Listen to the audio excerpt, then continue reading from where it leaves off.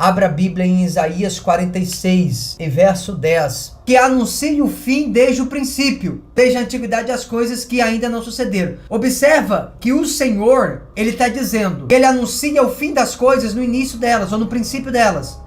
Eu vou anunciar no início aquilo que eu quero revelar no fim. Se eu quero compreender as coisas do fim, eu preciso entender o que ele falou no início, o que ele falou no princípio. Nós não podemos estudar Deus, não há como estudar Deus. Na aula de teontologia que eu liberei essa semana, eu falando sobre a existência de Deus, eu disse que não dá pra gente provar Deus cientificamente, né? Não tem como provar, porque ninguém viu a Deus. Então nós não podemos estudar Deus, mas nós podemos estudar as suas manifestações.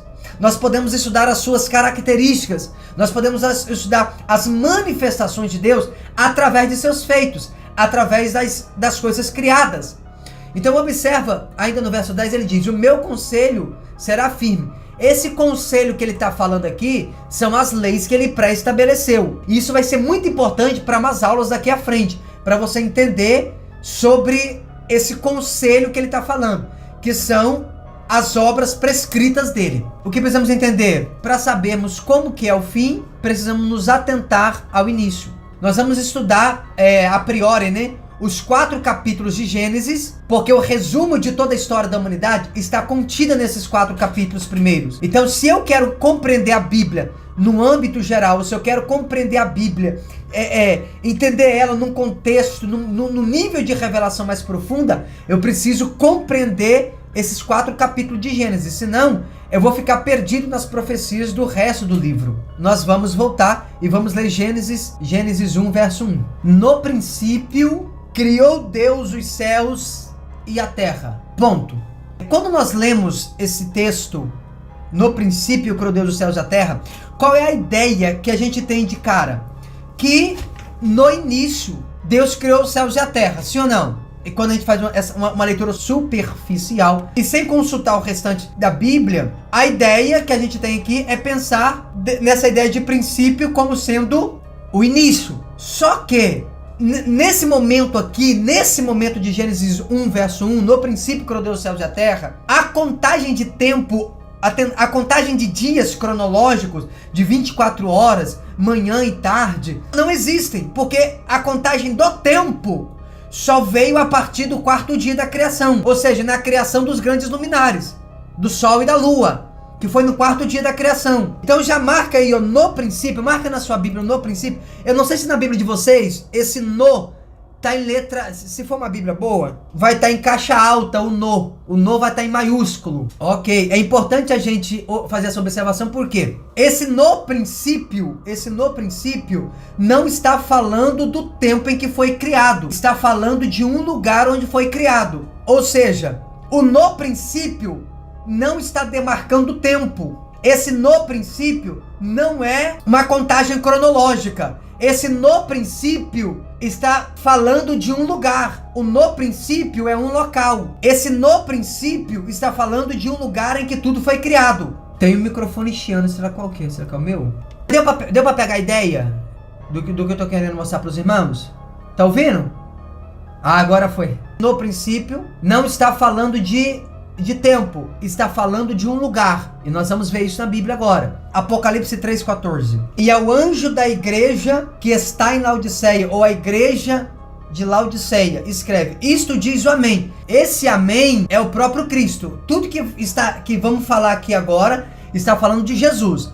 Então Jesus, ele é o amém. Então isso está dizendo quem? O amém. Quem é amém? Jesus é o amém. Isto diz a testemunha fiel e verdadeira. Então Jesus também é a testemunha fiel e verdadeira. O princípio da criação de Deus. Ou seja, esse princípio da criação de Deus. Por que o princípio da criação de Deus? É importante lembrarmos que na eternidade o tempo não é contado. Na eternidade não existe tempo. Agora observa, pessoal. Está falando que Jesus é o princípio da criação de Deus. Ou seja, ele é o princípio da criação. Por quê? Porque ele é o princípio da criação. Nele foi criado tudo. Como na eternidade o tempo não é contado, ou seja, não tem início e Deus é um ser eterno, Gênesis 1, verso 1 está dizendo que em Cristo os céus e a terra foram criados. Ou seja, tudo foi criado nele, tudo foi criado em Cristo. Ele é o local, ele foi o ambiente, ele foi o local onde tudo foi criado. Capítulo 1, verso 12, eu vou ler a partir do verso 12. Do 12 ao 16. Dando graças ao Pai, o que nos fez idôneos para participar da herança dos santos na luz. Ou seja, ele nos tirou, ele nos trouxe para sermos participantes, tomar posse da herança. Verso 13.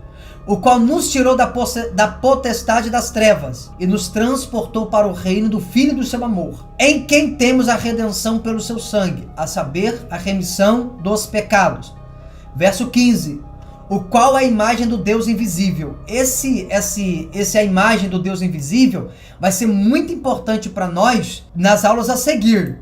Então, fica muito atento. A imagem do Deus invisível. O primogênito de toda criação. Verso 16.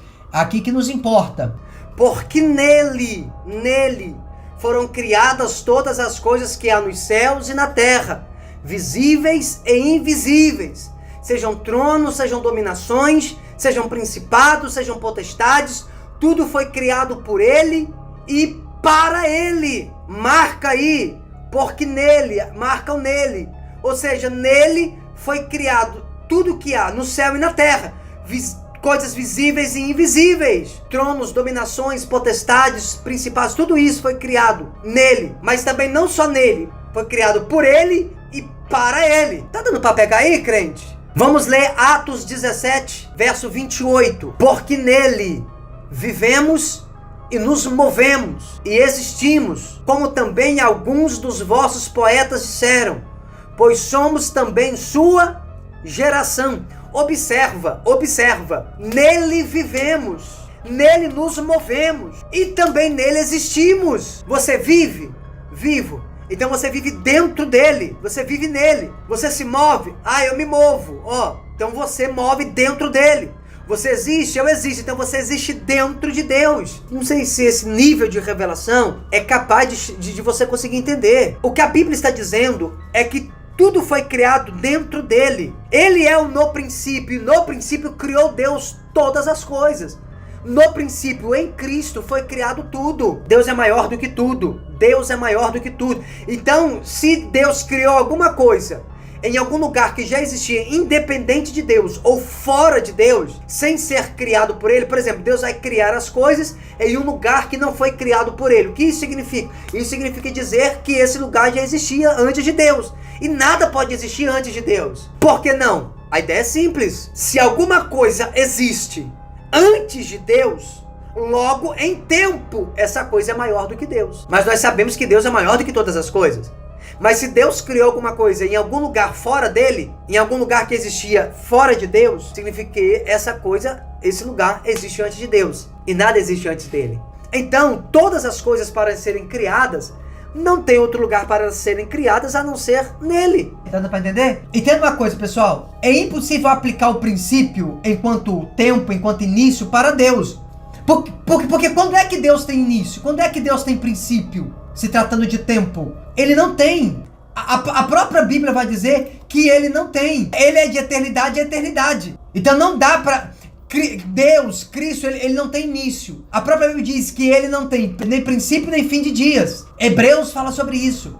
Então não tem como a gente aplicar tempo para Deus, porque ele é eterno, ele vai de eternidade a eternidade. O tempo só existe para nós. Tá dando para pegar? Então aonde nós existimos? Dentro dele. Só que agora é algo mais louco. Se eu perguntar para você agora, nesse momento assim, falar assim, irmão Beto, irmã Patrícia, nesse momento, aonde Deus habita? Onde ele faz morada?